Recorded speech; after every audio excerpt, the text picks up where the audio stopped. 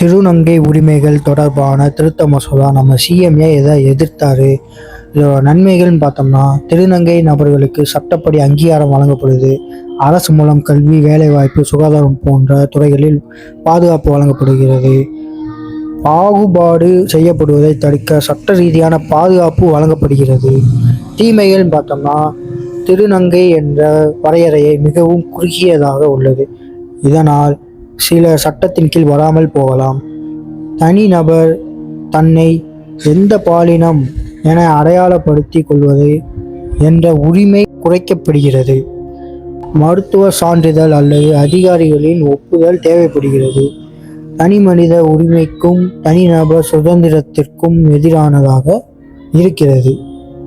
சில குற்றப்புரிவுகள் தெளிவாக இல்லாமல் உள்ளது. இதனால் தவறான முறையில் பயன்படுத்தப்படும் அபாயம் உள்ளது. தேங்க்யூ.